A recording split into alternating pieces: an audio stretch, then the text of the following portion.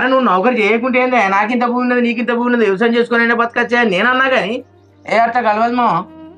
మీకు నచ్చితే 2 ఏళ్ళు లాగుని లేకుంటే లేదని అంటారు 2 ఏళ్ళ దాకా పెద్ద బిడ్డనే పట్టుకొని ఎడితే నడిపి దాని పెళ్ళి ఎప్పుడు ఇవ్వాలి చిన్న దాని పెళ్ళి ఎప్పుడు ఇవ్వాలి నేను ఏం దగ్గపరం అయితే ఏదాగతి నువ్వు ఆగుతలేవు అన్నా గట్లంటే మనం వాటికి ఎందుకు ఊరుకుంటామే ఎడిపోతాడే పిల్లగాడు చేసుకున్నంత మాత్రం సపరేట్ కూర్చుంటాం అని మనం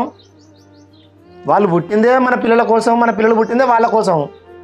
నేను కూడా శంకరి బాగా ఎందుకు ఓపిక పెట్టి నెరిగాను కదా ఎట్లా మౌనికి ఉన్నది చిన్నది వైష్ణవి ఉన్నది చెరువులకు అవుతారు సరే పెద్దదానికి బయటకి ఇచ్చిన మంచిదే నాతోళ్ళు అయినా మంచిదే మరి ఏం చేద్దాం దీని కర్మ ఏడ రాసి ఉంటే గాడ అవుతుంది దాని కర్మ ఏడ రాసి ఉంటే గాడ అవుతుంది రా అందుకే ఓపిక పెట్టినా నువ్వు మాట్లాడకు బాబు నువ్వు మాట్లాడితే నాకు పావులు చెరువులు బారినట్టు అవుతుంది నువ్వు మొన్న ఏమన్నావు బాబు వాళ్ళ మీద పోతాను నాకు అర్థం కాదు నువ్వు ఇదంతా కథ కాదు కానీ ఆయన మనసులో ఏమన్నా ఉండవచ్చు ఏవతాన్ని ఉండవచ్చు నేను తెలుసుకుంటా అన్న